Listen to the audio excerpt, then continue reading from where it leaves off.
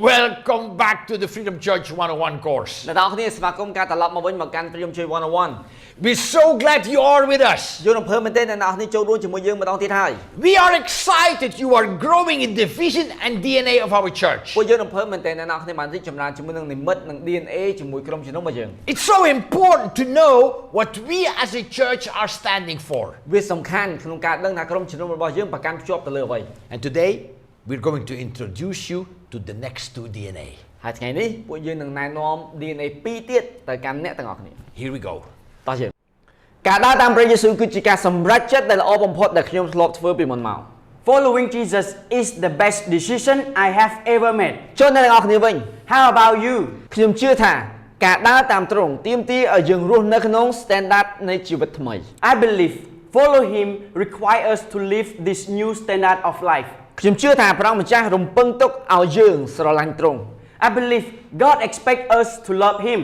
ឲ្យស្ដាប់បង្គាប់ទ្រង់ to obey him, ហើយឲ្យដាក់ទ្រង់ទី1ពីព្រោះតែទ្រង់គឺជាអ្នកដែលបង្កើតយើង and to put him first because he is our creator. ដូច្នេះថ្ងៃនេះ So today ពួកយើងនឹងនិយាយអំពី DNA មួយដែលនិយាយថា first and best we're going to talk about the DNA is first and best. នេះគឺជា DNA ដែលបង្ហាញអំពីភាពជាទី1ហើយនឹងល្អបំផុត And this is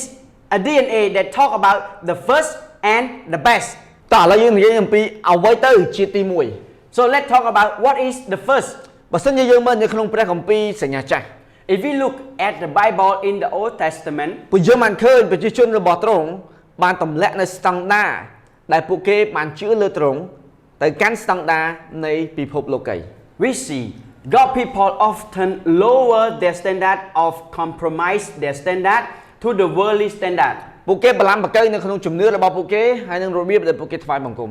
They compromise in faith and worship. ពួកគេបល្លំបកើនៅក្នុងការរស់នៅក្នុងការត្រាស់ហៅឲ្យខុសពីអ្នកដទៃ Compromising the call to live differently. បល្លំបកើនៅក្នុងទំនាក់ទំនងរបស់ពួកគេនិងភាពបរិសុទ្ធរបស់គេ Compromising relationship and purity.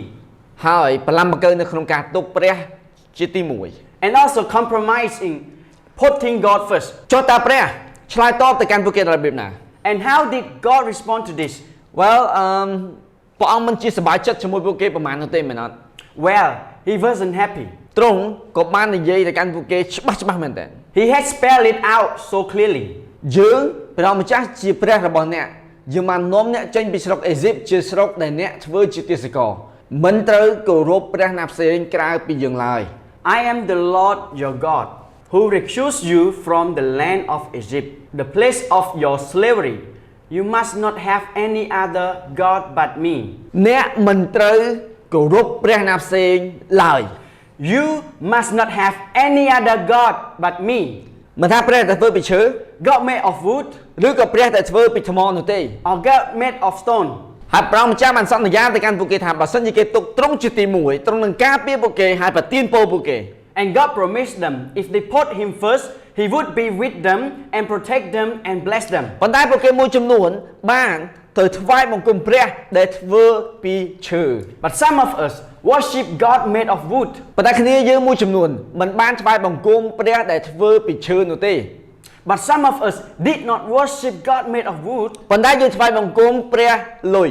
but we worship money យើងថ្វាយបង្គំអំណាច or power ឬមួយក៏ទ្រព្យសម្បត្តិ or possession, គឺជាអ្វីដែលព្រះម្ចាស់មិនសពហៅទេហើយទ្រង់មិនអាចប្រទានពរយើងបាននោះទេ which God hate and he cannot bless us. ដូច្នេះក្រុមជំនុំ So church, ពួកយើងត្រូវតែសម្រេចចិត្តនៅថ្ងៃនេះក្នុងការដាក់ព្រះម្ចាស់ជាទី1 we have to make decision today to put God first. ហើយនេះគឺជាអ្វីដែលព្រះយេស៊ូវបាននិយាយនៅក្នុងព្រះគម្ពីរ And this is what Jesus replied in the Bible. អ្នកត្រូវតែ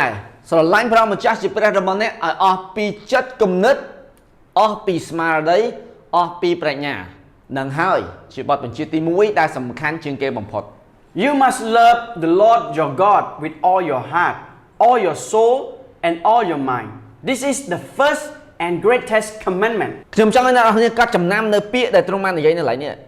Take note. I want you to take note of the language that Jesus used here. អ្នកត្រូវតែ You must. អ្នកត្រូវតែនឹងហើយជាបទបញ្ជាទី1 You must. So this is the first and the greatest commandment. ព្រះម្ចាស់ចង់ខ្លាចជាទី1នៅក្នុងជីវិតរបស់យើង God still want to be the first in all of our life. តែយើងធ្វើបែបណាសម្រាប់ឲ្យខគម្ពីរមួយនេះដាក់ក្នុងជីវិតរបស់យើងបាន And how do we live out this command? ប្រកបណាស់យើងមានប្រស្នានៅក្នុងព្រះគម្ពីរដែលព្រះយេស៊ូវបាននិយាយចង់មកកាន់អ្នកទាំងអស់គ្នា Well, there's a short parable that Jesus told. ហើយវាគឺជារឿងរបស់អ្នកមានម្នាក់ដែលមានទ្រព្យសម្បត្តិច្រើនមែនទែនហើយនឹងលុយច្រើន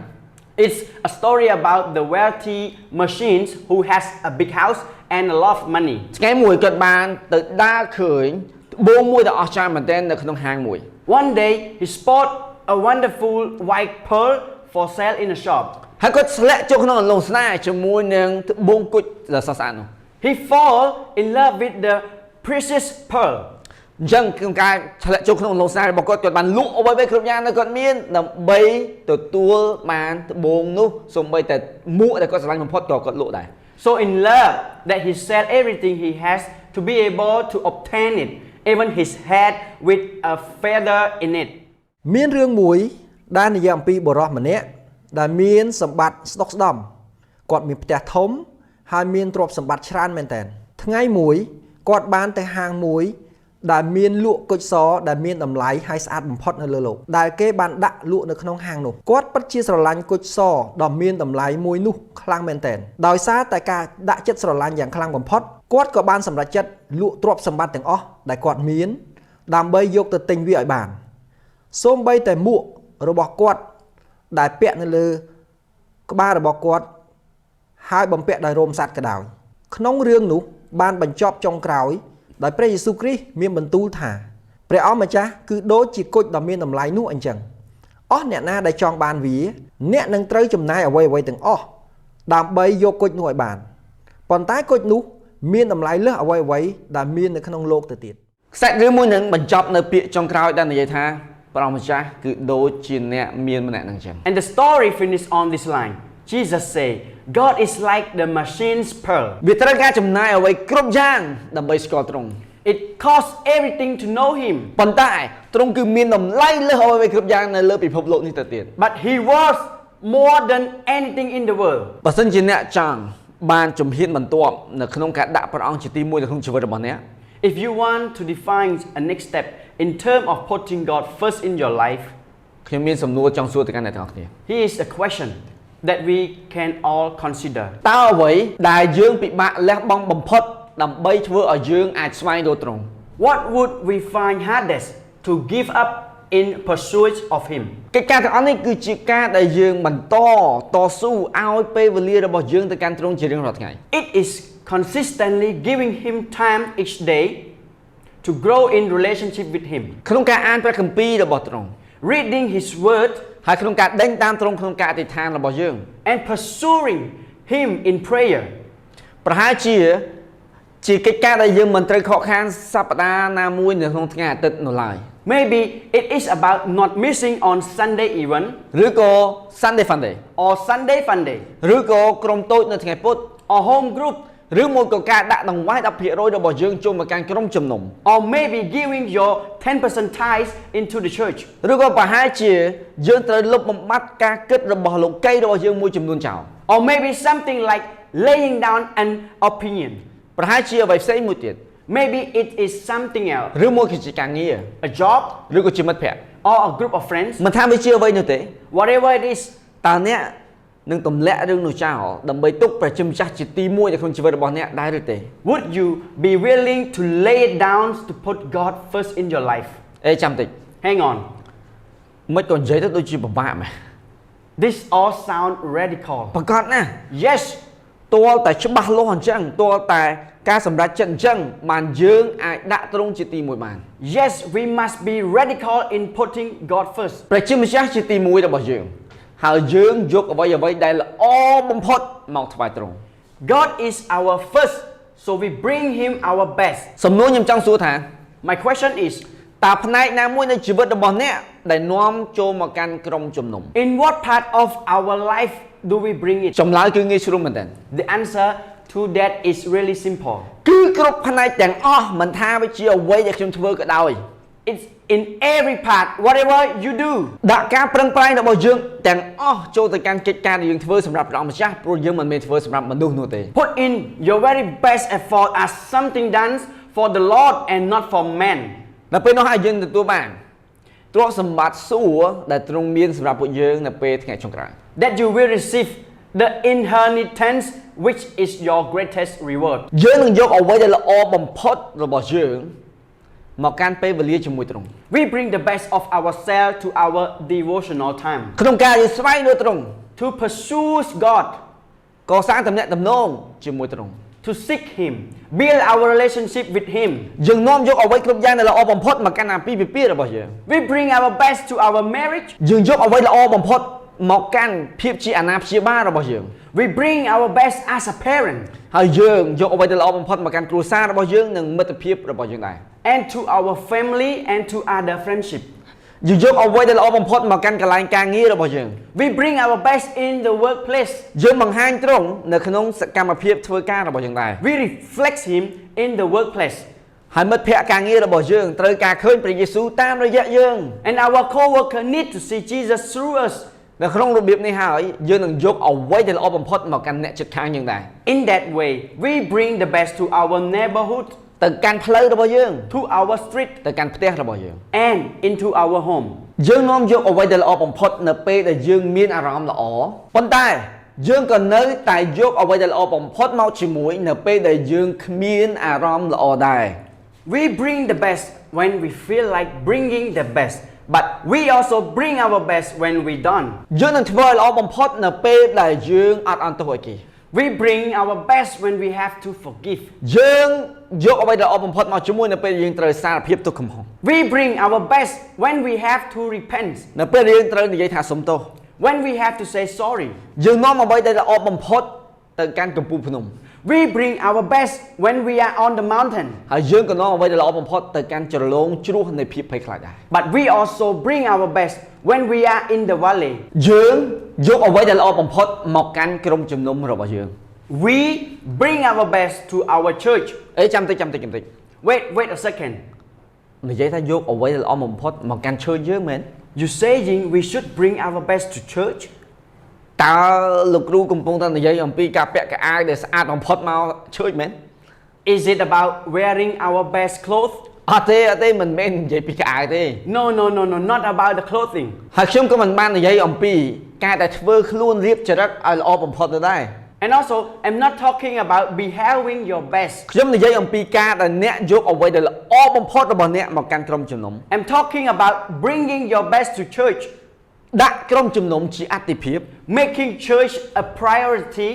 អភិវឌ្ឍនិងវិនិយោគជីវិតរបស់ខ្លួនឯងនៅក្នុងបេសកកម្មរបស់ព្រះយេស៊ូវគ្រីស្ទ investing your life into the mission of the church. ក្រុមជំនុំគឺជាកូនក្រមុំរបស់ព្រះគ្រីស្ទ The church is the pride of Christ. ព្រះយេស៊ូវគ្រីស្ទបានសគត់ដើម្បីក្រុមជំនុំហើយទ្រង់នឹងមកវិញដើម្បីក្រុមជំនុំ Jesus Christ laid his life down for the church and he coming back for the church. ហើយទ្រង់នៅពេលនេះបានទុកចិត្តយើង But right now, he entrusts us, អ្នកហើយនឹងខ្ញុំឲ្យមើលថែក្រុមជំនុំរបស់ទ្រង់ you and me, to care, to look after the church for him. ប៉ុន្តែហេតុអ្វីបានជាយើងត្រូវការនាំអ្វីដែលល្អបំផុតហើយការពារហើយសរសើរក្រុមជំនុំ But why do we need to do our best to care, protect, promote the church? ពីព្រោះតែយើងអត់បានប្រាក់ខែប៉ុណ្ណឹង Because we did not get paid by the church. ហេតុអីបានជាយើងត្រូវធ្វើល្អបំផុតសម្រាប់ក្រុមជំនុំ We don't have to do our best. យើងធ្វើល្អបំផុតនៅកន្លែងការងាររបស់យើងនៅក្នុង business របស់យើងពីព្រោះតែយើងបានលុយ We did our best at our job or business because we got paid, ប៉ុន្តែនៅក្នុង church អត់ទេ but not for the church. អញ្ចឹងក្រុមជំនុំគួរតែគុំទទួលបានអ្វីដែលល្អបំផុតគួរតែបានទទួលអ្វីដែលល្អទី2 So the church should receive the best or the second best. កិច្ចការហ្នឹងត្រូវតែផ្លាស់ប្ដូរអ្នកនរគ្នា This should change. ពួកយើងនឹងផ្លាស់ប្ដូរការគិតរបស់យើង We should not think like that, ពីព្រោះតែការសង្គ្រោះរបស់យើងគឺអត់គិតថ្លៃទេ because we got this salvation for free, right? វាគឺជាកាដូដែលអត់គិតថ្លៃ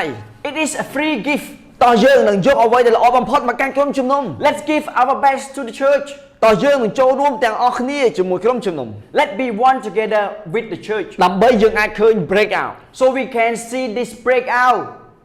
យើងមាន Bible verse មួយទៀតចង់ប្រាប់អ្នកទាំងអស់គ្នា Let's look at the Bible verse. សិស្សទាំងនោះព្យាយាមស្ដាប់សេចក្តីបង្រៀនរបស់ក្រុមសាវករួមរស់ជាមួយគ្នាជាបងប្អូននិងប្រកបគ្នាព្រមទាំងបរិភោគអាហារជាមួយគ្នា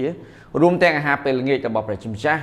និងព្យាយាមអធិដ្ឋាន All the believers devoted themselves to the apostolic teaching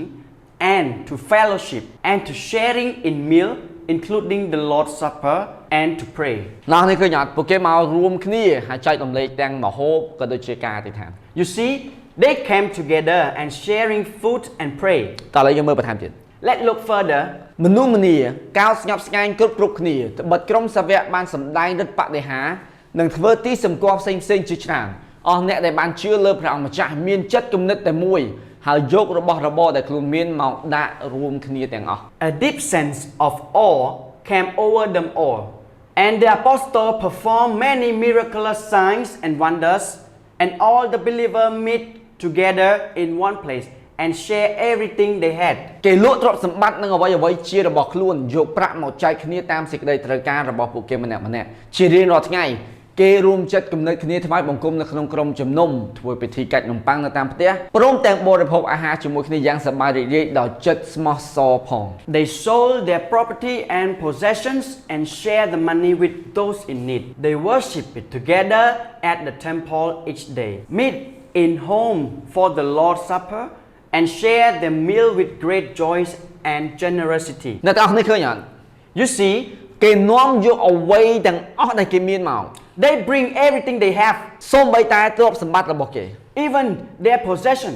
អ្វីដែលគេគិតថាមានតម្លៃសម្រាប់គេគេបានយកមកដាក់រួមគ្នាហើយថ្វាយបង្គំសរសើរដល់ការទ្រង់រាល់ថ្ងៃ Things that they value, they brought with them and worship every day. គេនាំគ្នាសរសើរដល់ការព្រះជាម្ចាស់ហើយប្រជាជនទាំងមូលគោរពរាប់អានគ្នាទៅវិញទៅមកទាំងអស់គ្នាព្រះអង្គម្ចាស់បន្ថែមចំនួនអ្នកដែលព្រះអង្គបានសង្គ្រោះមកក្នុងក្រុមរបស់គេជារៀងរាល់ថ្ងៃ All the while praising God and enjoying the good will of all the people, and each day the Lord add to their fellowship those who were being saved. សៀវភៅកិច្ចការនេះបានបង្ហាញមកកាន់ពួកយើងអំពីរូបភាពដ៏ស្រស់ស្អាតនៃការរួបរวม The book of Acts paints a beautiful picture of unity, ភាពសម្បរោះ generosity, ពោពេញដល់គោលបំណងនៅក្នុងការសរសើរដំកើង purposeful picture of devotion. សៀវភៅកិច្ចការបានគូររូបដ៏ស្រស់ស្អាតមកកាន់ពួកយើងអំពីការដែលពួកគេបានថ្វាយខ្លួនទៅកាន់ទ្រង់ The book of Acts paints this picture of the church that is devoted, នៃក្តីស្រឡាញ់ទៅកាន់ព្រះយេស៊ូវលើសអ្វីៗទាំងអស់ that love Jesus above all, ប៉ុន្តែការបដិញ្ញាចិត្តជាមួយគ្នាទៅវិញទៅមក but is committed to one another ហើយបដិញ្ញាចិត្តជាមួយនឹងនិមិត្តដើម្បីប៉ះពាល់ទៅកាន់ពិភពលោកនេះ and committed to a vision to impact the world. ពួកគេបាននាំយកអ្វីដែលល្អបំផុតមកកាន់ពួកគេជាមួយនឹងនិមិត្តដែលគេមាន They bringing all that they have to this vision. ហើយអ្វីបានជាគេធ្វើបែបហ្នឹង Why did they do it? តើអ្វីដែលជំរុញពួកគេឲ្យធ្វើ What motivated them in it? ព្រោះព្រះអង្គគឺជាទីមួយហើយគេនាំយកអ្វីដែលល្អបំផុតរបស់គេមក Because God was their first, and so they brought him their best. Amen Amen. ដូច្នេះល្អបំផុតហើយទីមួយ So the first and the best. នេះគឺជា DNA របស់យើង This is our DNA. ឥឡូវពួកយើងនឹងចូលទៅកាន់ DNA មួយទៀត Let's go to another DNA. ដួងចិត្តហើយនឹងព្រលឹង Heart and soul. DNA មួយនេះ This DNA, និយាយអំពីទាំងដួងចិត្តទាំងព្រលឹង it's talk about heart and soul. នេះគឺជាគន្លឹះសម្រាប់ក្រុមជំនុំរបស់យើង This is the key of our church. ហើយខ្ញុំអធិដ្ឋានសូមឲ្យអ្នកទាំងអស់គ្នាបានយល់វានៅថ្ងៃនេះ And I pray that you would understand it today. ចូលវាមានន័យបែបណា So what does it mean? ដួងចិត្តហើយនឹងព្រលឹង Heart and soul? តោះយើងមើលទាំងអស់គ្នា Here we are. យើងទទួលយកទំនួលខុសត្រូវផ្ទាល់ខ្លួនចំពោះនិមិត្តនិងការរួបរวมនៃក្រុមជំនុំរបស់យើងយើងបដិញ្ញាធ្វើឲ្យព្រះរាជរបស់ព្រះជាម្ចាស់ខ្លាចជាចំណុចកណ្ដាលនៃជីវិតរបស់យើងមិនថាត្រូវបង់ថ្លៃយ៉ាងណាក៏ដោយ We take personal responsibility for the vision and unity of our church. We are committed to making God's kingdom the central cause of our life, no matter the cost. អ្នកទាំងអស់គ្នាមានឃើញពាក្យទាំងអស់នេះដែរឬទេ Do you see all these words? និមិត្ត Vision, ការរួបរวม unity, ចំណុចកណ្ដាល central. មិនថាត្រូវបង់ថ្លៃយ៉ាងណាក៏ដោយ no matter the cost. នេះហើយគឺជាដួងចិត្តនិងព្រលឹង This is heart and soul. ហើយដួងចិត្តនិងព្រលឹងនេះមិនមែនស្រេចទៅលើតែ pastor នោះទេ And this heart and soul is not just depending on pastor. មិនមែនគ្រាន់តែស្រេចទៅលើអ្នកដឹកនាំនោះទេ It's not up to the leader, ប៉ុន្តែវាគឺស៊ីសងទៅលើយើងទាំងអស់គ្នា but it's up to each of us. ខ្ញុំចង់ចាំថាមុនពេលដែលខ្ញុំមកចូលរួមក្រុមជំនុំរបស់យើងក្រុមជំនុំរបស់យើងបានប្រកាសនឹងល្អមកកាន់ខ្ញុំហើយពួកយើងបានដើរលេងជាមួយគ្នានៅ Pub Street. I remember before I coming to church people hang out with me at Pub Street. ហើយពួកយើងដើរលេងយប់ជ្រៅមែនទែនហើយសឹងតែចូលទៅកាន់ការវាយតប់គ្នាជាមួយនឹងមនុស្សនៅក្នុង Pub Street មួយនោះ And we were about to get into the fight. ហើយមនុស្សនៅក្នុងក្រុមជំនុំបាននិយាយមកកាន់ខ្ញុំថាខ្ញុំនឹងទៅជាមួយអ្នក And the church people said, I am coming with you. ខ្ញុំប្រាប់ថាអត់ទេទៅផ្ទះទៅ I said to him, no, you go home. ហើយគាត់និយាយមកកាន់ខ្ញុំថាអត់ទេខ្ញុំនឹងទៅជាមួយអ្នក But he said, no, I am coming with you. អ្នកទាំងអស់គ្នាមានឃើញអត់ Do you see this? នេះហើយជាដួងចិត្តហើយនឹងព្រលឹង This is heart and soul. ហើយនៅក្នុងក្រុមជំនុំរបស់យើងធ្វើដូចគ្នាដែរ And in the church, they do the same. ទាំងដួងចិត្តទាំងព្រលឹង Heart and soul. វាដូចជាការដែលយើងយកទំនួលខុសត្រូវមួយនេះមកកាន់និមិត្តរបស់យើង It's like taking personal responsibility for the vision. យើងទទួលយកទំនួលខុសត្រូវនៅលើនិមិត្តនិងការរួបរวม We take personal responsibility for the vision and unity. តើមានន័យបែបណា What does it mean? ហើយយើងបានបដិញ្ញាចិត្តបង្កើតឲ្យមានព្រះរាជរបស់ព្រះជាម្ចាស់នៅកណ្ដាលជីវិតរបស់យើង And we are committed to making God's kingdom the central cause of our life. មិនថាវាត្រូវបង់ថ្លៃយ៉ាងណាក៏ដោយ No matter the cost. ខ្ញុំនឹងនិយាយម្ដងទៀត I will say it again. យើងនឹងបដិញ្ញាចិត្តធ្វើឲ្យព្រះរាជរបស់ព្រះជាម្ចាស់នៅជាចំណុចកណ្ដាលនៃជីវិតរបស់យើងមិនថាយើងត្រូវបង់ថ្លៃយ៉ាងណាក៏ដោយ We are committed to making God's kingdom the central cause of our life, no matter the cost. Come on Come on. ព្រះរាជរបស់ព្រះជាម្ចាស់គឺជាទី1 Kingdom of God first. ពីព្រោះតែបើមិនមែនជាទី1ទេយើងនៅក្នុងក្រុមជំនុំនេះកំពុងធ្វើអីនេះ Because if it's not the first, what are you doing here? យើងកំពុងតែលេងសើចមួយក្រុមជំនុំអីចឹង Are you playing at church? ផែយើងអត់បានអានគម្ពីររបស់យើងទេដឹង You may haven't read your Bible. ខ្ញុំនឹងនាំអ្នកនរគ្នាឆ្លងកាត់ខគម្ពីរមួយចំនួន I'm going to take you through this. មិនមែនដើម្បីអ្នកនរគ្នារត់ចេញពីក្រុមជំនុំនោះទេ Not to push you away from church. ប៉ុន្តែសង្ឃឹមថាអ្នកនរគ្នានឹងទទួលបានការបើកសម្ដែងពីត្រង់ថាដួងចិត្តហើយនឹងព្រលឹងហ្នឹងវាមានន័យបែបណា But hopefully give you a revelation of what heart and soul really means. ដួងចិត្តនិងព្រលឹងគឺជាអ្វីដែលទ្រង់ចង់ឃើញនៅក្នុងក្រុមជំនុំ Heart and soul is what we want to see in the church. បើសិនជាយើងចង់និយាយអំពីដួងចិត្តនិងព្រលឹង If you want to talk about heart and soul, វាដូចជាយើងនិយាយអំពីប្តីប្រពន្ធពីរនាក់មកជួបគ្នាអញ្ចឹងដែរ that's what happened when a couple come together. វាគួរឲ្យអស់សំណាក់មែនទែននៅពេលដែលព្រះគម្ពីរនិយាយអំពីក្រុមជំនុំថាជាកូនក្រមុំ Isn't it funny then that the Bible talk about the church and the bride? ទ្រង់បានប្រើប្រាស់រូបភាពរបស់អាពាហ៍ពិពាហ៍ដើម្បីឲ្យយើងយល់ថាវាមានន័យបែបណា He used marriage to let us know what it really means. ខ្ញុំឆ្លាញ់ pastor មួយបាននិយាយថាគាត់ទទួលបានការបើកសម្ដែង I love one pastor who said I just had a revelation ហើយវាបានផ្លាស់ប្ដូរអ្វីគ្រប់យ៉ាងសម្រាប់គាត់ក្នុងនាមជា pastor and it's changed everything for him as a pastor. គាត់ធ្លាក់ចូលក្នុងអន្លង់ស្នេហ៍របស់កូនក្រមុំហើយ He fall in love with the bride. ខ្ញុំបានធ្លាក់ក្នុងអន្លង់ស្នេហ៍របស់កូនក្រមុំ I just fallen in love with the bride. ហើយខ្ញុំ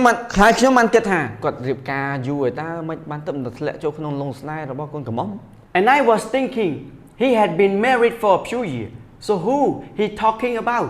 គាត់និយាយថាគឺជាក្រុមជំនុំ And he said it's the church. ខ្ញុំមិនដែលបានឃើញនាងដូចជាកូនក្រមុំពីមុនមកនោះទេ I have never seen her as the bride. ខ្ញុំតែងតែឃើញនាងជាវត្ថុជារបស់ I have always seen her as a things. ហើយនៅពេលនេះព្រះអង្គម្ចាស់បានបង្ហាញថានាងគឺជាកូនក្រមុំ And suddenly God just showed me this is the bride. នេះគឺជាកូនក្រមុំហើយនាងស្រស់ស្អាតខ្លាំងមែនទែន This is the bride and she beautiful. ព្រះមានបសុទ្ធបាននិយាយមកកាន់ខ្ញុំថា The Holy Spirit spoke to me. តើឯងស្រឡាញ់កូនក្រមុំរបស់យើងដែរឬទេ Are you in love with the bride? ហើយខ្ញុំបានគិតថាយ៉ាខ្ញុំស្រឡាញ់ព្រះអង្គ And I was thinking, yes, I am. ប៉ុន្តែពេលខ្លះខ្ញុំក៏មិនជាស្រឡាញ់ដែរ But sometimes I am not. ពីព្រោះតែពេលខ្លះយើងគិតថាក្រុមជំនុំគឺជាអង្គការ Because sometimes we thought of the church as an organization. យើងមិនបានគិតថានាងគឺជាសរីរាង្គកាយរបស់ព្រះគ្រីស្ទនោះទេ And we did not think of her as a living organism. ខ្ញុំមានសំណួរចង់សួរអ្នកទាំងអស់គ្នា And I want to ask you this question. តើអ្វីដែលជាមូលដ្ឋានគ្រឹះនៃការផ្សារភ្ជាប់របស់ខ្ញុំទៅកាន់ក្រុមជំនុំ What form the basic of my attachments to the church? យើងទាំងអស់គ្នាត្រូវតែសួរខ្លួនឯង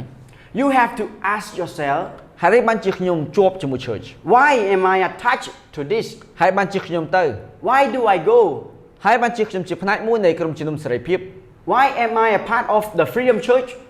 ហើយហើយបានជាអ្នកទាំងអស់គ្នាជាផ្នែកមួយនៅក្នុងក្រុមជំនុំសេរីភាព Why are you a part of the Freedom Church? ប្រកាសណាស់នឹងមានចម្លើយជាច្រើនដែលផ្សេងពីគ្នា I'm sure there will be a lot of a different answer like, ខ្ញុំចូលចិត្តក្រុមថ្វាយបង្គំបានខ្ញុំមក I love the worship, that's why I come. ខ្ញុំចូលចិត្តលោកគ្រូកងវិលមានសាក់បានខ្ញុំមក I love the pastor with a tattoo.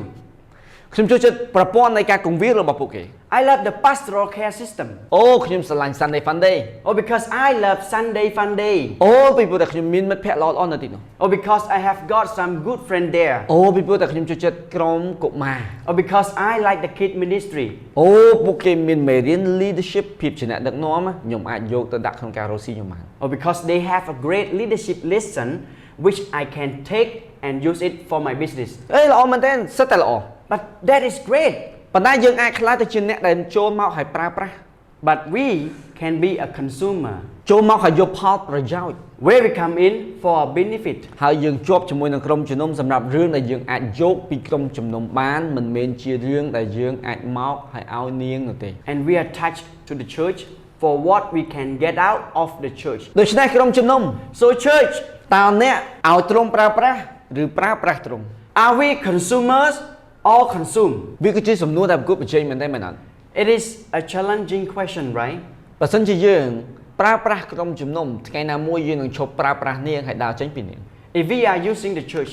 one day we will stop using her and walk away from her. ពីព្រោះយើងជាក្រុមជំនុំមិនល្អឥតខ្ចោះនោះទេ Because we are not a perfect church, ប៉ុន្តែយើងគឺជាក្រុមជំនុំដែលមានសុខភាពល្អ but we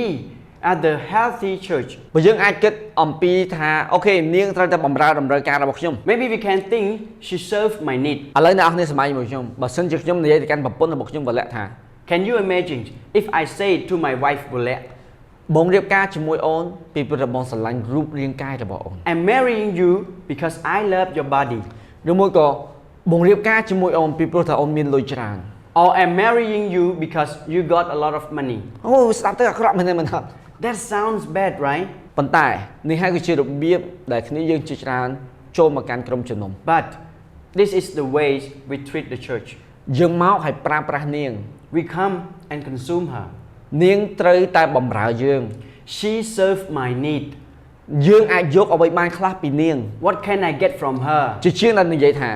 Instead of saying, អូខ្ញុំមកហើយនឹងយកអ្វីមកទីនេះ what can I come to give? តើខ្ញុំអាចយកអ្វីមកបន្ថែមនៅទីនេះ What can I come to add?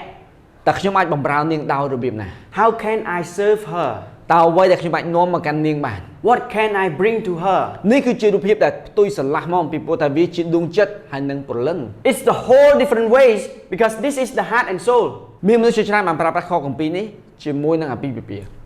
Many people use this scripture about marriage. ប៉ុន្តែខ្ញុំនឹងនាំអ្នកនរគ្នាចូលទៅមួយរូបភាពផ្សេងមួយទៀតគឺជាក្រុមជំនុំដែលជាកូនក្រមុំរបស់ព្រះ But I'm going to bring you to the different ways because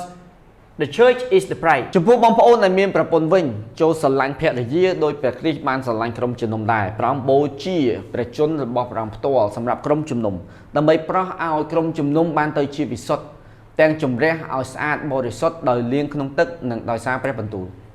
Husbands, love your wife just as Christ loved the church and gave himself up for her to make her holy, cleansing her by the washings of water through the word. តើលោកពូលកំពុងនិយាយពីអីនៅកន្លែងហ្នឹង What is Paul talking about here? គាត់កំពុងនិយាយអំពីព្រះយេស៊ូវហើយនិងក្រុមជំនុំ He is talking about Jesus and the church. ព្រះអង្គសប្បុរសតែនាំក្រុមជំនុំនេះមកថ្វាយព្រះអង្គផ្ទាល់ ជាក្រុមជំនុំដ៏រុងរឿងឥតស្លាកស្នាមឥតជ្រីវជ្រួញនិងឥតខ្ចោះត្រង់ណាឡើយគឺឲ្យទៅជាវិសុទ្ធឥតសៅហ្មងដូច្នេះស្វាមីត្រូវស្រឡាញ់ភរិយាឲ្យបានដូចស្រឡាញ់រូបកាយរបស់ខ្លួនឯងដែរអ្នកណាស្រឡាញ់ភរិយាអ្នកនោះស្រឡាញ់ខ្លួនឯង And to present her to himself as a radiant church displayed without stains or wrinkle or any other blemish but holy and blameless in this same way husband out to love their wife as their own bodies អ្នកណាស្រឡាញ់ភរិយាអ្នកនោះស្រឡាញ់ខ្លួនឯង He who loved his wife loved himself ប្រសិនបើយើងមិនស្រឡាញ់មនុស្សម្នាក់ដែលរួមដំណើរជាមួយជីវិតរបស់យើងនេះទេយើងកំពុងតែធ្វើឲ្យខ្លួនឯងនេះខ្ទេចខ្ទាំហើយ If you can't love the one you join to your merely cursing demands to yourself បើសិនយើងមិនអាចស្រឡាញ់ក្រុមជំនុំយើងកំពុងតែធ្វើឲ្យក្រុមជំនុំឈឺចាប់ហើយ If you can't love the church and you hurt by the church យើងកំពុងតែបំផ្លាញខ្លួនឯងពីព្រោះរូបកាយរបស់យើងជាប់ជាមួយនឹងក្រុមជំនុំ You actually damaging yourself by not fixing it ប្រសិនបើអ្នកដាច់ឆ្ងាយពីក្រុមជំនុំ If you disconnect from church បើសិនជាអ្នកមានបញ្ហាជាមួយក្រុមជំនុំ If you have a problem with the church ប៉ុន្តែអ្នកស្រឡាញ់ព្រះយេស៊ូវ but you love Jesus អ្នកមានបញ្ហាហើយ you got a problem ពីព្រោះតែយើងមិនអាចស្រឡាញ់ព្រះយេស៊ូវដោយមិនស្រឡាញ់ក្រុមជំនុំនោះទេ Because you can't love Jesus without loving the church ពីព្រោះពួកគេទាំងពីរនាក់នេះមិនអាចបំបែកគ្នាបានឡើយ Because they inseparable គេគឺជាតែមួយ They are one ពុំដែលមាននរណាម្នាក់ស្អប់រូបកាយរបស់ខ្លួនឯងឡើយផ្ទុយទៅវិញគេតែងចិញ្ចឹមបីបាច់ថែរក្សារូបកាយនោះដោយព្រះគ្រីស្ទចិញ្ចឹមបីបាច់ថែរក្សាក្រុមជំនុំព្រោះយើងទាំងអស់គ្នាជាសរីរាង្គនៃព្រះកាយរបស់ព្រះអង្គ After all no one ever hate their own body but they feed and care for their body just as Christ does the church for we are member of his body ដោយព្រះគ្រីស្ទចិញ្ចឹមបីបាច់ថែរក្សាក្រុមជំនុំព្រោះយើងទាំងអស់គ្នាជាសរីរាង្គនៃព្រះកាយរបស់ព្រះអង្គហេតុនេះហើយបានជាបុរសត្រូវចាក់ចេញពីឪពុកម្ដាយទៅរួមរស់ជាមួយភរិយារបស់ខ្លួនហើយអ្នកទាំងពីរនឹងបានទៅជារូបកាយតែមួយ Just as Christ does the church for we are member of his body for this reason a man would leave his father and mother be united to his wife and the two will become one flesh កិច្ចការទាំងអស់នេះអស្ចារ្យខ្លាំងណាស់មែនអត់ Isn't this fantastic ទម្រង់ការដ៏លាក់កំបាំងនេះមានអត្ថន័យជ្រៅណាស់ខ្ញុំនិយាយសេចក្តីនេះសំដៅទៅលើព្រះគ្រីស្ទនិងក្រុមជំនុំតែប៉ុណ្ណោះ This is a profound mystery but I'm talking about Christ and the church នៅពេលដែលសត្រូវនិយាយប្រាប់យើងថាអូដល់ពេលហើយឯងគួរតែចាក់ចេញពីនាង Whenever the enemy want to say it's time for you to go off and leave ណៃមិនសប្បាយចិត្តជាមួយនាងទេចាក់ចេញពីនាងទៅ You're not happy about this ចាក់ចេញទៅ Leave នាងមិនល្អនោះទេ She's not good កុំនៅជាមួយនាងទៀត Don't stay with her សម្រាប់វលៈជាមួយនឹងខ្ញុំបានរៀបការ7ឆ្នាំមកហើយ For Vale and I we've been married for more than 7 years ហើយខ្ញុំនៅតែចាប់អារម្មណ៍ជាមួយនឹងរបៀបដែលនាងដើរចូលមកក្នុងបន្ទប់ And I still get captivated when she walk in the room ហើយខ្ញុំនៅតែចូលចិត្តពេលវេលាដែលខ្ញុំបានជួបនាងហើយអង្គុយមើលនាង And I still know what part of the day I get to see her and I look forward to it មិនមែនព្រោះតែយើងមានអាពាហ៍ពិពាហ៍ដែលល្អឥតខ្ចោះនោះទេ Is it because we have a perfect marriage ប៉ុន្តែយើងមានអាពាហ៍ពិពាហ៍ដែលមានសុខភាពល្អ but we have a healthy marriage ហើយយើងចាត់ទុកគ្នាទៅវិញទៅមកជាទីមួយ and we put each other first ដោយសារព្រះគ្រីស្ទជាចំណុចកណ្ដាលនៃអាពាហ៍ពិពាហ៍របស់យើង and we put Christ at the center of our marriage យើងបដិញ្ញាចិត្តនៅក្នុងការធ្វើឲ្យគ្នាតាក់ទាញគ្នាទៅវិញទៅមក We committed to ongoing attractiveness យើងបដិញ្ញាចិត្តក្នុងការប្រស្រ័យតាក់ទង We committed to always communicate ហើយយើងបដិញ្ញាចិត្តក្នុងការដែលយើងនៅតែដើរនៅលើ adventure ដ៏អស្ចារ្យដែលព្រះបានត្រាស់ឲ្យយើង and we committed to always go on the great adventure that God called us ប្រហែលជាអ្នកនៅក្នុងក្រុមជំនុំប្រហែលឆ្នាំមកហើយអ្នកចាប់ផ្ដើមមានអារម្មណ៍ថាធុញទ្រាំ Maybe you have been around church for many years and it's got boring and bland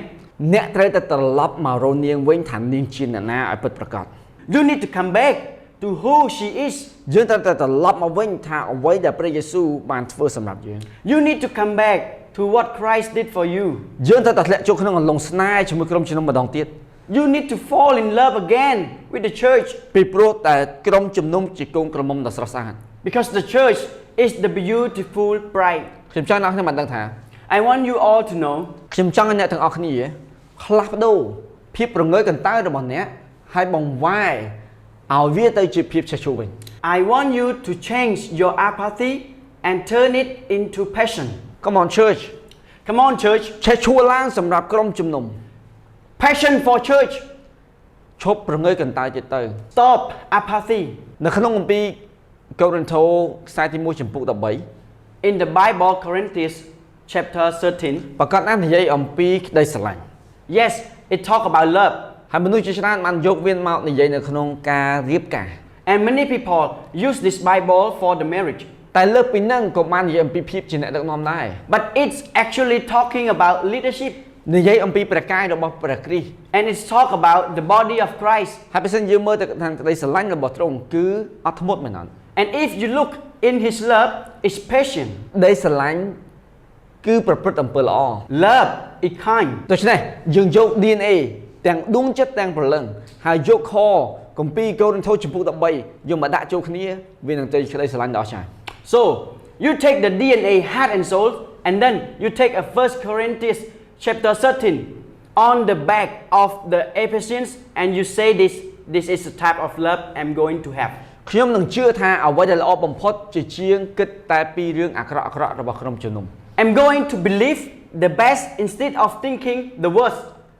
ខ្ញុំនឹងធ្វើការជាមួយរឿងទាំងអស់នេះ I'm going to work things through, ទោះបីជាទំនាក់ទំនងដែលយើងមានជាមួយក្រុមជំនុំកំពុងមានបញ្ហាក៏ដោយ even when there's a relationship issue. ពីព្រោះយើងទាំងអស់គ្នាមានទំនាក់ទំនងដែលមានបញ្ហា Because we all got relationship issue.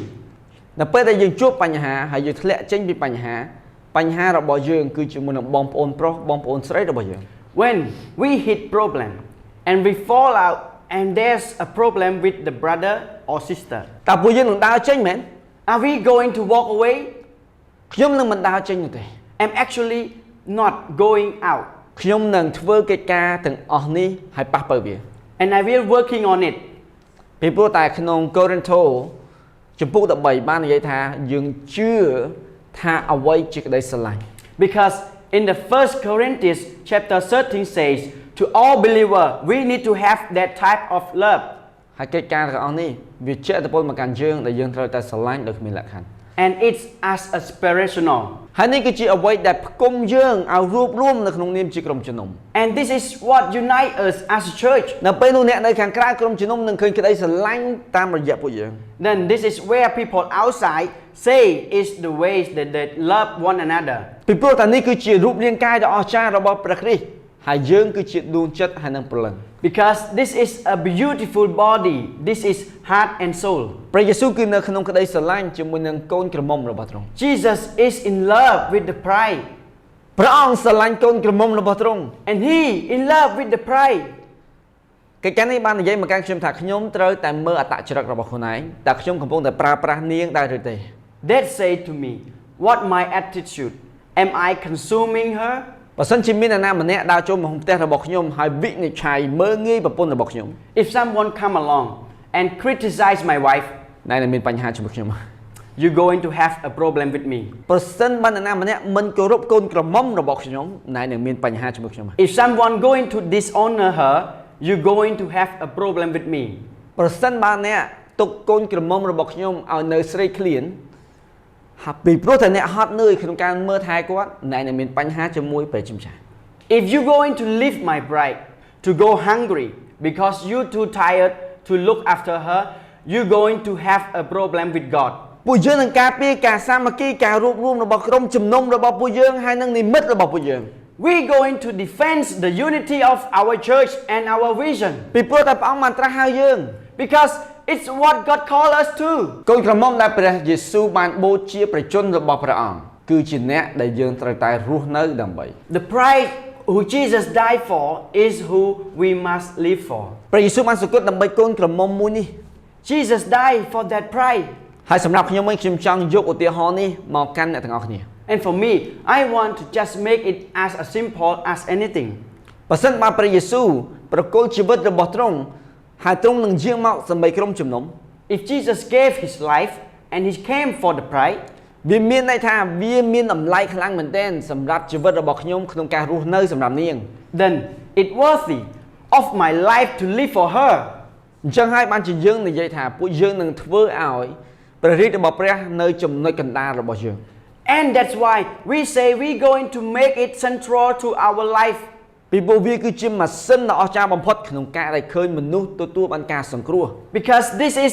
the greatest engine to see people saved. រូបភាពរបស់កូនក្រមុំគឺជារូបភាពនៃការសង្គ្រោះ The bride is a picture of redemption. នាងស្រស់ស្អាតមែនទែន She beautiful.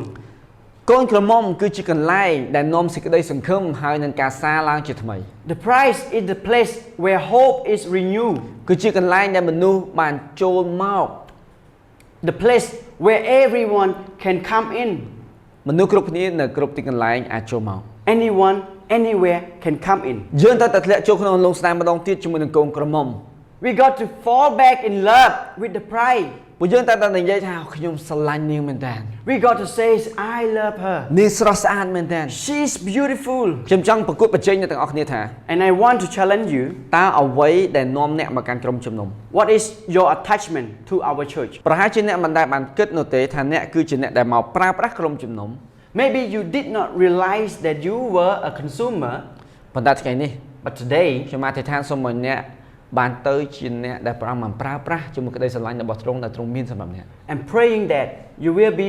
consumed by the love that Christ had for you. សូមឲ្យពាក្យនេះបានប្រទានពរអ្នកទាំងអស់គ្នា Bless this word to you, ហើយសូមឲ្យព្រះគឺជាទី1ហើយដំបូងបំផុតសម្រាប់អ្នក that God is the first and the best for you, ហើយសូមឲ្យអ្នកបានមានដួងចិត្តនិងព្រលឹងជាមួយក្រុមជំនុំ and can be the heart and soul for the church.